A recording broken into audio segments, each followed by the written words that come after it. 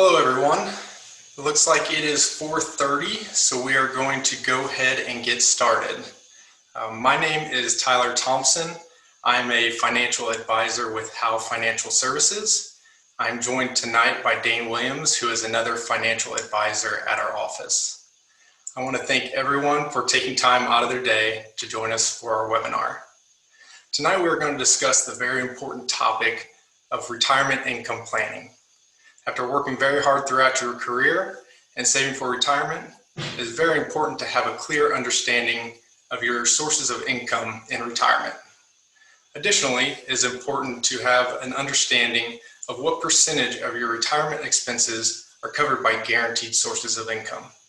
We'll discuss both these topics tonight, including others. Before turning over to Dane to introduce tonight's speaker, everyone please be aware that your microphones are muted and your video is turned off. If you do have any questions regarding tonight's content, please feel free to send us an email or contact our office by phone. With that, I'll turn it over to Dane. Thank you very much, Tyler. As Tyler mentioned, my name is Dane Williams, and I'm a financial advisor at Howe Financial Services. I've been with the company for about 3.5 years and work out of the Sparta office as well as the investment office at First National Bank of Stouffville. We are thrilled to have Kevin Bosch with us today. With 23 years in the financial services industry, Kevin has spent the last 16 years serving financial advisors and their clients here in the Midwest. Kevin has been the regional vice president with Global Atlantic for the past 3 years. And if you're not aware, Global Atlantic is a US-based insurance company that focuses on retirement planning needs of Americans. They have been the fastest growing company in that space for the past 5 years. They are a member company with the Alliance for Lifetime Income, which will be a central focus for Kevin's presentation this afternoon. With that being said, please welcome Kevin Bosch. Sounds good. Let me make sure I'm coming off of mute. Can you hear me okay? Yep, I can hear you fine. Good. Well, thank you so much for having me, Dane and Tyler. I appreciate the opportunity to speak with some of your clients and folks that you all work with. All right, real good. So some of you may have seen pictures of these two ladies before. They are, let's call them infamous, right? These two ladies were born 72 years apart, but they do share kind of a unique distinction. So if you've seen these pictures, you probably already know the answer, but excuse me, Ida Mae Fuller was the very first recipient of Social Security in January of 1944. Of course, over the next several decades, millions and millions of other Americans would follow suit. And it was really kind of a golden era of retirement when people would stop working, they would claim Social Security. Most people had a company pension that they would receive from their employer. And candidly, life expectancies weren't too terribly long. In fact, during that time frame, the average time spent in retirement was only about 7 years. So from a retirement income planning perspective, really rather uncomplicated, pretty straightforward. And again, it was pretty much taken care of through Social Security and a pension from their company. However, on the other hand of that, we have Kathy, and Kathy was the very first baby boomer, right? One of 78 million baby boomers born after the war. But unlike the 7 decades of Social Security claimants before Kathy, boomers face a more challenging retirement, no doubt, right? Most of us do not have company pensions. As we move into retirement, we've all got to figure out how our lump sum savings that we're able to accumulate during our working years will be turned into a reliable retirement income stream. And that's what we're here to discuss tonight, okay? So really there's 3 keys to income planning and answering the question of what's next. Dane, Tyler, and myself, we're all financial professionals. And while there's a number of different things that we do, really it kind of boils down to 3 main steps. I mean, the first step that we do is help people save money. We help people grow that money for their retirement. And finally, we help people make that money last throughout their retirement. And that's what we're going to focus on tonight is that 3rd point.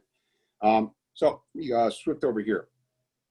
So a big challenge that we all face, right? Everybody on the call faces a very similar challenge. And that is, look, we spend decades working, hopefully decades savings and in anticipation of retirement. But as we all approach our post-work life, we don't really know exactly how our retirement savings are going to generate a reliable source of protected income. And this study kind of bears that out a little bit, right? This is a study that was conducted by The Alliance for Lifetime Income, which Global Atlantic is a key component, but we're one of 24 organizations that make up the Alliance for Lifetime Income.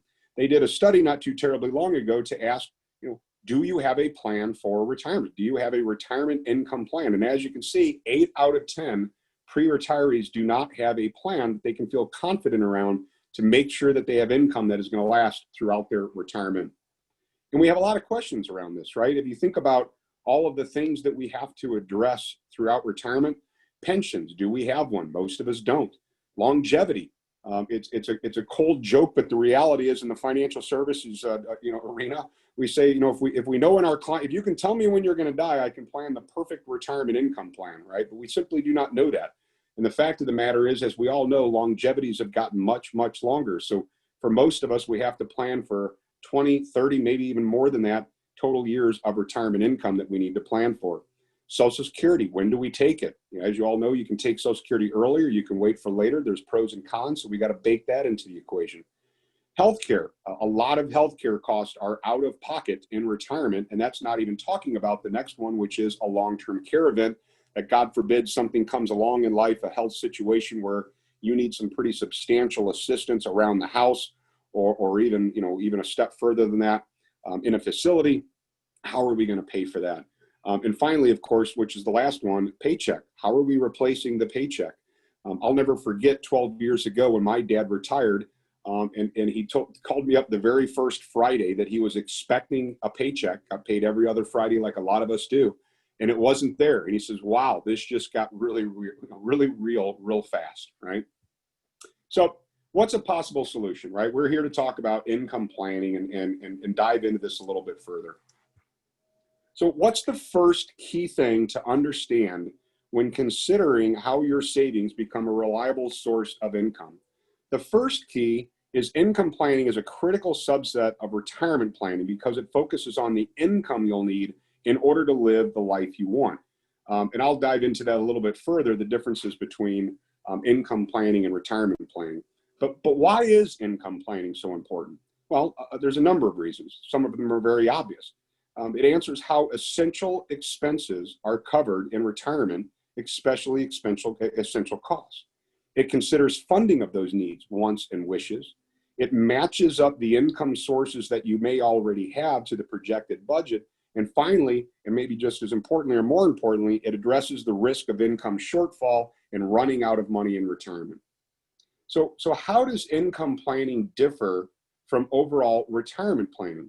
Well, just kind of generally speaking, retirement planning is really what we do for individuals during their working years. It focuses on saving, it focuses, on investing with an eye towards the future. So it's really kind of on the pre-retiree side of things as we, save our first dollars, most of us in our company retirement plans, as we begin to build that nest egg, staying disciplined, staying the course, choosing the right investments, creating the right mix, etc. Income planning, on the other hand, is once we cross over that proverbial bridge into retirement, it focuses on the spending, the cash flow, and managing the investments to help us achieve that. So an income plan helps us address longevity, inflation, cash flow, and even market volatility. Okay, so we see the importance of income planning. So what's the next most important thing that we need to address? Well, it's important to understand the difference between the two main schools of thought for retirement income planning. And the two main schools of thought are, the first is systematic withdrawal approach, and the second school of thought is the safety first approach. So each one uses retirement savings a little bit differently. A systematic withdrawal approach generates what we call probable income, okay? And I'll dive into that more in just a moment. A safety first approach adds in protected lifetime income. So systematic withdrawal income planning answers the following. How much can retirees confidently withdraw from their retirement savings without running out of money? Whereas the chief goal of systematic withdrawals, it's really the idea is to maximize income to support retirement lifestyles for upwards of 30, maybe even 30 or more years of retirement income needs. Safety first planning, on the other hand, says how do you live a full life and get the most satisfaction once you've funded your essential expenses? And it really is about identifying those essential expenses, and then finding out what the gap looks like between other protected sources. So the chief goal of Safety First is we fund your basic or essential expenses first with protected lifetime income, followed by wants and wishes spending secondarily, okay? So how does a systematic withdrawal process work, right, for probable income? So there has been this general rule of thumb out there that a 5% systematic withdrawal is a safe amount that you can withdraw from an overall nest egg and make it last long term. So there has always been a kind of a general income planning idea in the financial services industry. And I'll use an example. Let's say you've got a net worth of $1 million, just to make the math simple, okay? You set up $1 million into a moderate growth portfolio. You then can take a 5% systematic withdrawal, call it $50,000 a year, and theoretically that should last a long, long, long time. There's a lot of pitfalls with that, though. There's certainly no guarantee of that, right? There's certainly no guarantee, number one. And number two, there may be years where the markets are up and your portfolio's up, therefore you can increase the income. But as we all know, markets go the other direction, and there might be years where you need to really dial down the income that you're taking off of there. And frankly, if we've used this strategy to pay for basic essentials, as we all know, the cost of basic essentials do not go away in down markets. So how does a safety first and protected income strategy work by comparison? Well, number one, it generates a portion of retirement savings that you cannot outlive. Okay, so the idea is to create a quote unquote personal pension plan that will not go away no matter what, no matter what's going on in the market conditions, etc. So what it does is it builds a floor of safe or guaranteed income to meet essential spending needs. Okay? The other sources of protected income are Social Security and pensions. So we certainly bring those into account. And we'll look at a sample here in a little bit where we do exactly that. And finally, these feature annuities. Annuities is the only place that we as Americans can turn to where we convert a portion of our lump sum retirement assets into a protected lifetime income stream. So some examples, some places where individuals might take systematic withdrawals from would be systematic stock portfolios. So if you're in a stock portfolio, stocks and bonds, there might be capital gains. So taking income from equities, dividends, taking income from the bond side of the portfolios. Maybe there's IRA distributions. As we all know, at age 70, now age 72, we're forced to take distributions from our IRA account. So that could certainly be a source of a probable source of income. And finally, of course, interest off of interest-bearing assets that you may own as well. Examples of safety first protected lifetime income sources. As I mentioned, there's only three. Okay, there's Social Security, which we'll all have waiting for us at retirement. There's a pension, if you're fortunate enough to have one from your employer, which fewer and fewer of us every year, are fortunate enough to have that. And finally, there are annuities, which is really, in effect, creating your own personal pension plan with a contract with an insurance company where you trade that risk of longevity and put it on the shoulders of an insurance company like Global Atlantic. Okay, so let's look at some drawbacks. The drawbacks of a systematic withdrawal approach. Number one, you still have to have exposure to market risk, right? That's part of the equation. You still got to have some market exposure here to provide the long-term growth, because not only do we need to sustain a 3, 4, 5% systematic withdrawal, it has to grow over time, okay? Number two, it generates less money in down markets. If you're, in that example I used before, if you had $1 million portfolio and you were satisfied taking $40,000 or $50,000 a year off of that, and that portfolio drops down to say $800,000 for a period of time, well, we can't really keep taking $40,000 or $50,000 off it, because that's no longer a 4 to 5% withdrawal rate. So in down markets, odds are your financial advisor is going to recommend you dial back some of that income that you're taking off of from the systematic withdrawal. Number three, it's hard to recover when starting retirement in recession. There's been plenty of studies that we've done in the financial services industry showing the difference of retiring into a down market. So think about, people that you may know that retired in, say, 2008. That is a really rough time where, right off the bat, your first year or two of retirement, you see a major decline in your overall portfolio value that's very, very, very difficult to recuperate from. And finally, it does not protect against longevity risk. You can certainly run out of money. These are not guaranteed sources. That's why we call them probable sources. The chief drawbacks of a safety first approach Number one, there's limited options. As I mentioned, there's only Social Security and pensions, but they typically are not enough, right?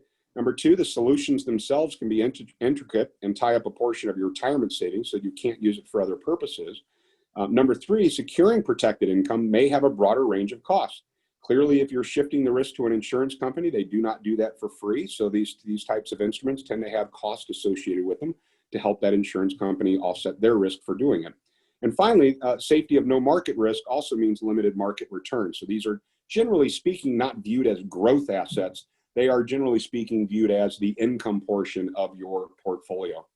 So what's the essential differences between the two approaches? Systematic withdrawals. Well, with systematic withdrawals, you accept the risk of markets and funds retirement income through systematic withdrawals, hoping to last for 30 years of retirement. Safety first removes the risk of running out of money in retirement by using protected lifetime income to fund the basic spending needs in retirement.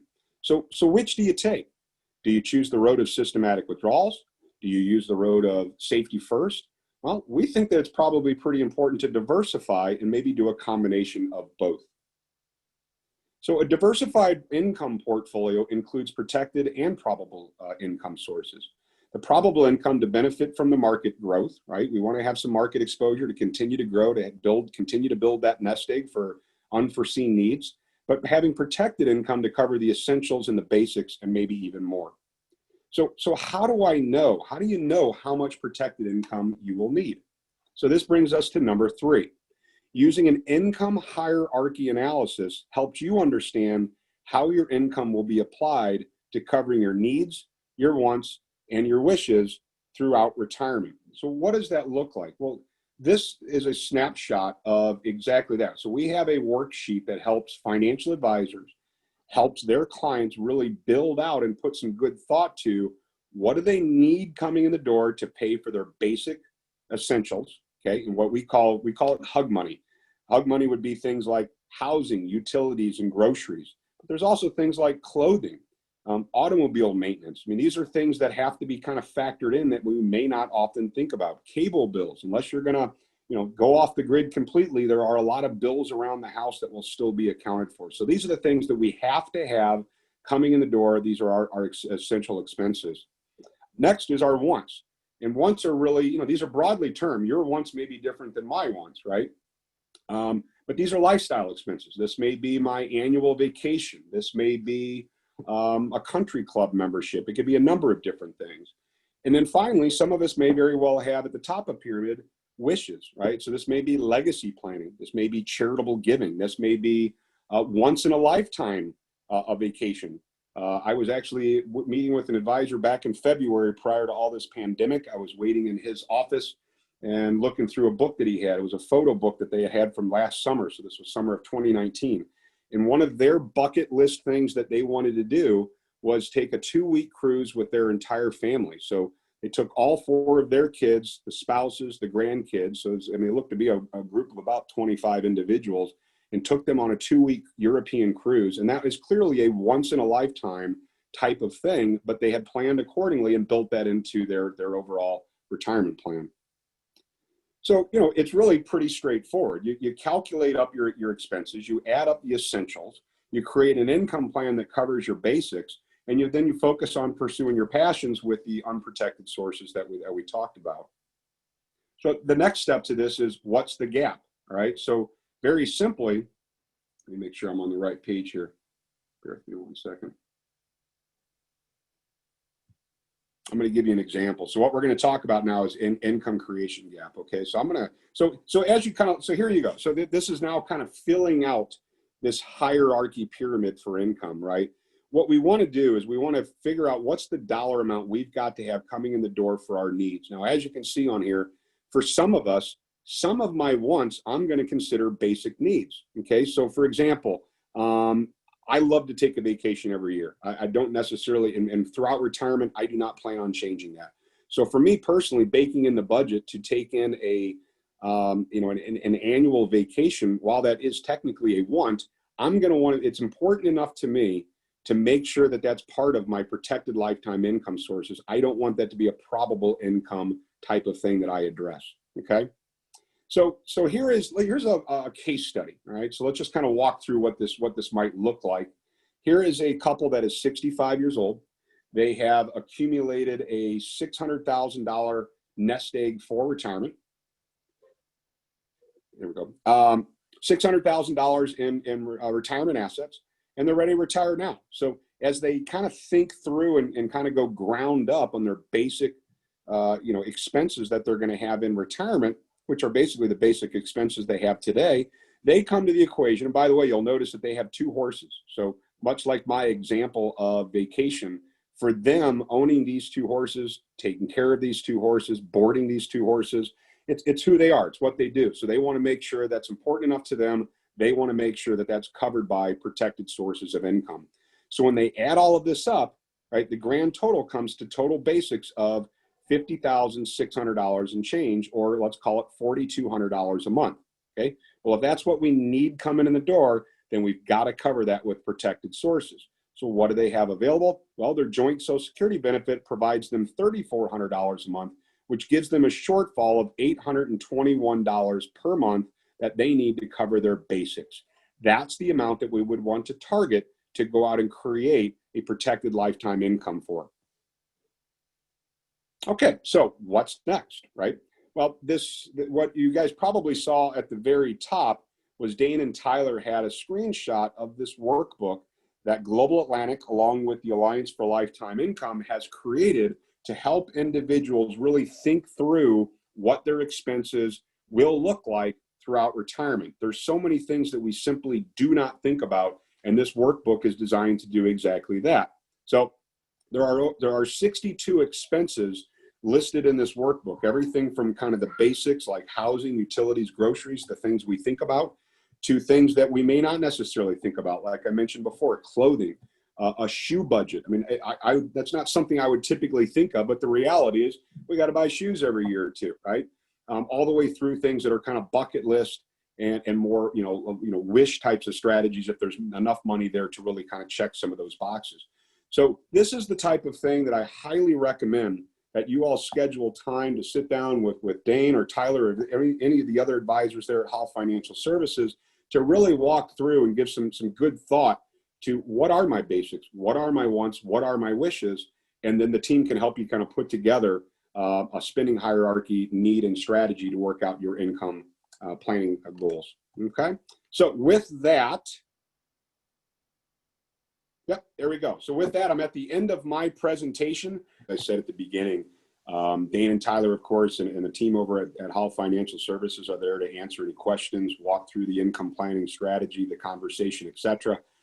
If need be, they know certainly how to get a hold of me if we want to have any one-on-one dialogue in the future as well. So to know that that's available.